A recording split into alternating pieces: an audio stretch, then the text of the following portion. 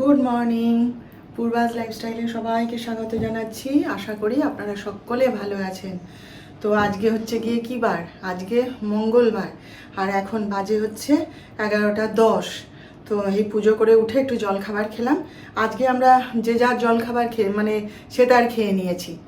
মানে ডাক্তার সাহেব তো বাজারে গেছিলো, এসে পরে ও তার মুড়ি চানাচুর দিয়ে কফি দিয়ে খেয়ে চলে গেছে। যিশু তার কফি খেয়েছে, আর ওই যে কালকের যে চিড়ে ভাজা ঝুড়ি ভাজা সব এনেছিলাম সেইটাই আমি বলি শুধু শুধু কফি খাবি, বিস্কুট খাবে না, বলি সেইটা নেই বলে বাটি করে ওকে দিয়ে আমি পুজো করতে চলে গেছিলাম। তো তারপরে উঠে আজকে তো মঙ্গলবার না, আজ আর কোনো ঝামেলা করিনি। ওই একটুখানি সুজি বানিয়ে চানাচুর দিয়ে খেয়ে নিয়েছি কোনো রকমে। আর কারি পাতাটা দিলে হয় কি জানেন তো, কারি পাতা হচ্ছে সেই বড় বাগানে, ওখানে বিশাল বড় বড় কারি পাতার গাছ আছে, কিন্তু আমি ওখান থেকে কোনো পাতা তুলে আনি না। কেন, নোংরা জায়গা তো, বাগানটা তো আর সে আগের মতন নেই, এখন নোংরা হয়ে গেছে, কেউ আর যায়ও না কিছু না। আর ওইখান থেকে পাতা এনে সে জলে ধুই আর যাই করি, তবুও আমার ঘেন্না লাগে, আমি খাই না। ডাক্তার সাহেবও দেখলে পরে বিরক্ত হয়, ওখান থেকে কেন এনেছো, ওখান থেকে কেন এনেছো, ওই জন্য আনি না। এবার কারি পাতা তো আর বাজারে কিনতে পাওয়া যায় না, নইলে গোছা ধরে এনে রেখে দিতাম। তো যাই হোক, সেই সুজি দিয়ে চানাচুর দিয়ে একটু চা দিয়ে করে এই খেলাম, খেয়ে ঘুরে বেড়াচ্ছি। এবারে রান্না টান্না বসাবো আর কি। আমি আজকে তো নিরামিষ না, তো আমি আবার ভুল করে মাছটাকে ভিজিয়ে ফেলেছি জানেন, এই তুলে রাখছি, গুছিয়ে রাখছি।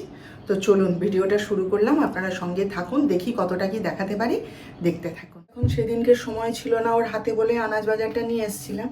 এবারে বাকি আর জিনিসপত্র আমি আর নিয়ে আসতে পারিনি, আমার সময়ও নেই, আমি দৌড়চ্ছি তো দেখতেই পাচ্ছেন। দিয়ে তারপরে আজকে সকালবেলায় আমি যখন পুজো করছি ও এসে মানে ডিম তারপরে মাছ সব রান্নাঘরটিতে এইখানে এই যে এই জায়গাটা ভর্তি করে দিয়ে চলে গেছে। চাল ওখানে, চালের বস্তা সব নামিয়ে দিয়ে চলে গেছে। এবার আজকে তো মঙ্গলবার, আমি এতক্ষণ হাত দিইনি, যে আমি সকালে উঠে সমস্ত রান্নাঘর পরিষ্কার করে ধুয়ে মুছে তারপরে গেলাম।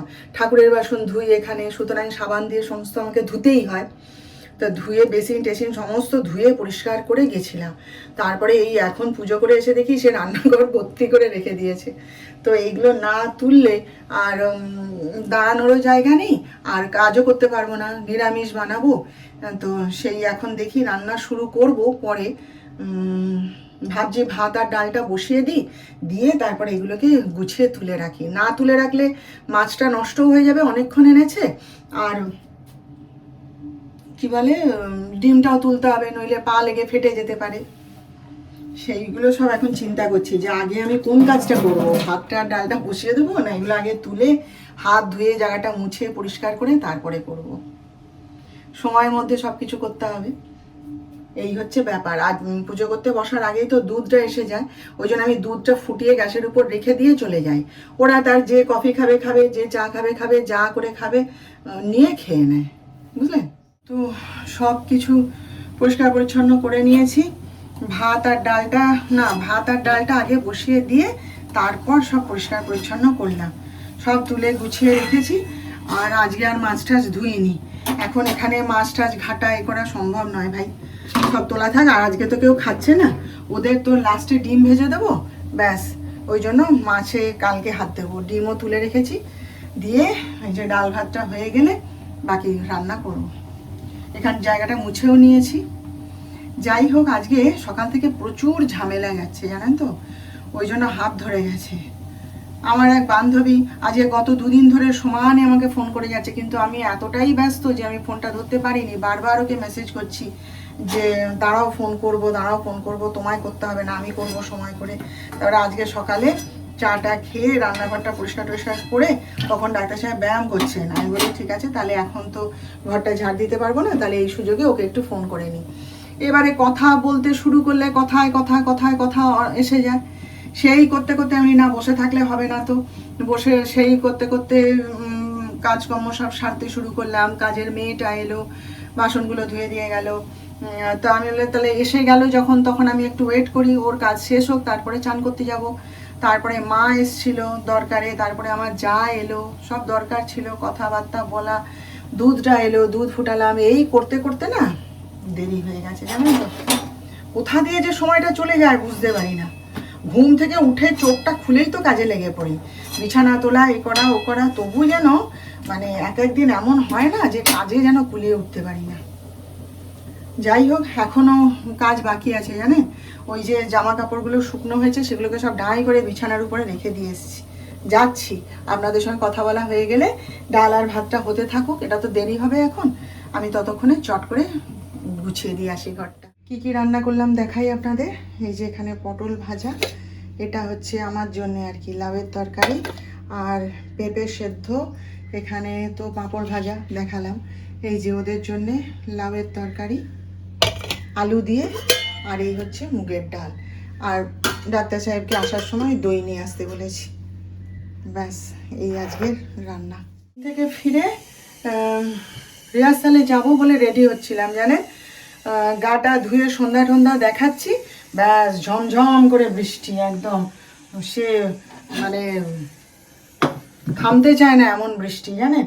তারপরে তো জয়ন্তীদিকে ফোন করলাম, তা জয়ন্তীদি বলে যে যাব না, আজকে যাব না, এত বৃষ্টির মধ্যে কে যাবে বল দেখি, আমি আর জামা পরছি না, আর তুই কি যাবি? আমি তাহলে আমিও যাব না, বেকার বেকার এই বৃষ্টির মধ্যে আর গিয়ে কাজ নেই বলে আমরা তো রেডি হয়ে এই একটুখানি মানে চা খেতে এলাম।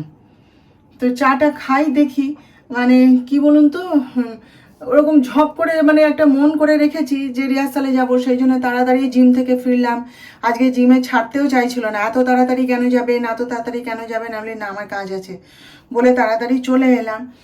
দিয়ে মানে মনস্থ করে রেখেছি যাব বলে, আর ঝপ করে এরকম হলে মন খারাপ হয়ে যায় না বলুন, মেজাজটা খারাপ হয়ে যায়। তো যাই হোক, কি আর করা, একটুখানি চা খাই, খিদেও পেয়েছে, একটুখানি চা আর সেই যে চিড়ে ভাজা এনেছিলাম সেইগুলো খাই বসে। যাওয়া যখন হবেই না আর কি করব, তাই। বাজে এখন রাত 10টা জানেন। এই 9:30 নাগাদ বাড়িতে ফিরলাম। আজকে জোরদার রিহার্সাল হয়েছে। আমরা তো যাব না বলছিলাম, তারপরে বৃষ্টি থেমে গেছিল, আর আমাদের যে কালচারাল সেক্রেটারি শান্তনাদি বারবার ফোন করছিল চলে এসো, আমি বসে আছি সবাইকে। তারপরে তখন জয়ন্ত দিদি বলে যে চল যাই তাহলে, দেখে আসি, বারবার ডাকছে চল যাই বলে, মানে কোনো রকমের জামা কাপড় পরে দুজনেই ছুটে বেরিয়ে চলে গেছি। গিয়ে আমরা দূর থেকে মানে পার্কে ঢুকতেই শুনতে পাচ্ছি যে রিহার্সাল শুরু হয়ে গেছে। গিয়ে তো তারপরে গানের রিহার্সাল হলো, হওয়ার পর এবারে নাটকের রিহার্সাল শুরু হলো। সে নাটকের রিহার্সাল শুরু হলে দেখুন, অত বড় নাটক, সে একজন করে যখন দেখাচ্ছে গ্রুপে তাহলে সময় লাগবে না? কতক্ষণ ধরে বসে আছি জানেন। তারপরে যখন 9টা বেজে গেছে, আমি এবার ছটফট করতে শুরু করেছি। আমার এক বান্ধবী তো পালিয়ে গেল, শুক্লা, যাওয়ার সময় আমাকে ডাকছিল তুই চলে আয়, টোটোয় তুলে দেবো, কিন্তু ওরা না কিছুতেই বেরোতে দিচ্ছে না জানেন। বসো না, এখনই হয়ে যাবে, এই তো তোমার রোলটা এসে যাচ্ছে, এই করে না 9:30 বেজে গেছে। আমি বলি বাবা 9:30, আর আমাদের এই পাশটা 9টা বাজলেই অন্ধকার হয়ে যায়, কোনো টোটো কিছু পাওয়া যায় না। তারপরে এই ঢালের উপর টোটো ছেড়ে দেবে, ওই অতটা হেঁটে পাড়ার মধ্যে দিয়ে আসতে হবে। আমি তো ছটফট করতে লাগিয়েছি, আমি না আর একদম থাকবো না। দিয়ে তারপরে ইতিমধ্যেই যিশু ফোন করেছে, বলে মা অনেক রাত হয়ে গেছে, আর তুমি আসবে কি করে, কখন আসবে, তোমার শেষ হয়নি? আমি বলি যে হ্যাঁ হয়ে গেছে, তুই আসবি নিতে? বলে দাঁড়াও আমি আসছি। অতটা রাত হয়ে গেছে না। জয়ন্তীদিকে বললাম, সে তখনও উঠবে না, বলে না আমার এখনো স্ক্রিপ্ট পড়তে বাকি আছে, আর তুই যা, আমি টোটো করে চলে যাবো। আমি ঠিক আছে তাহলে তাই।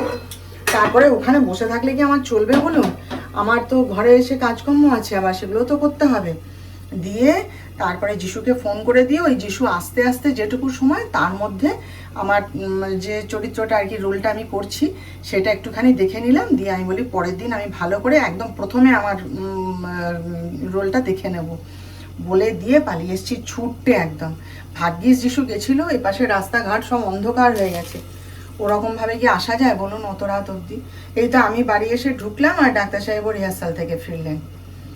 তো তাই বলছি যে পরের দিন গিয়ে আমাদের যাদের দূরে বাড়ি আমরা তারা আগে দেখে নেব, নইলে ওই রাত্রি 10টা অবধি রিহার্সাল সম্ভব নয় জানেন তো। ওদের সব কাছে পিঠে বাড়ি তো, টুকটুক করে সব চলে যায় দল বেঁধে, আর আমাদের দূরে বাড়ি, আমাদের অসুবিধা হয়। যাই হোক, এসে এই যে চটপট মানে জামা কাপড় ছেড়ে একটুখানি খেলাম, খেয়ে তারপরে এই যে রান্না বসিয়েছি, এই যে রুটিগুলো করে নিলাম, ব্যাস রান্না শেষ। সবাই বসে আছে খাওয়ার জন্য। কি করব বলুন, দেরি হয়ে গেছে।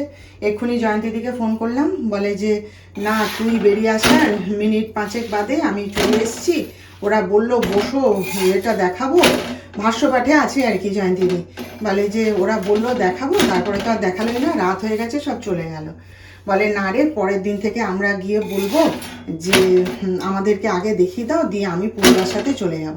একটা টোটো পাইনি জানেন, হেঁটে হেঁটে এসছে ওই বয়স্ক মানুষ। হ্যাঁ, বলে আমি তো মায়ের মন্দিরের সামনে দিয়ে বড় রাস্তা ধরে হাঁটতে হাঁটতে এসছি, এসে পরে এত শরীর খারাপ লাগছে আমি শুয়ে পড়েছি জানিস তো। আমি তাহলে চলো পরের দিন থেকে আমরা বলবো আমাদের আগে দেখিয়ে দিতে, দিয়ে আমরা তাড়াতাড়ি চলে আসবো। বলে হ্যাঁ রে তাই। এই রুটিগুলো চট করে হয়ে গেলেই, রুটি বেলতে বানাতে টাইম লাগে না বলুন, তার যে মানে কিনে আনবো আজকে সে সময়টুকুও পাই না, করবোটা কি। এই রুটিগুলো হয়ে গেলেই খেতে দিয়ে দেবো সবাইকে, হয়ে গেছে। আর এই তাওয়াটা এত ভালো তাওয়া না, এটা আমার বহু বছরের তাওয়া জানেন। এর হ্যান্ডেল ছিল, তাতে আমার কাজের লোকেরা মাছ দিয়ে গিয়ে ভেঙে দিয়েছে, তবু আমি এটাকে ফেলিনি। এটাই চটপট রুটি হয়ে যায় আর পোড়ে না রুটি। আর অন্য যে তাওয়াগুলো না, সেগুলোতে রুটি সেই লেগে যায়, ছিটে যায়, হতে চায় না। ওই জন্য এই তাওয়াটাকে আমি ফেলিনি, এটা চটপট রুটি হয়ে যায়।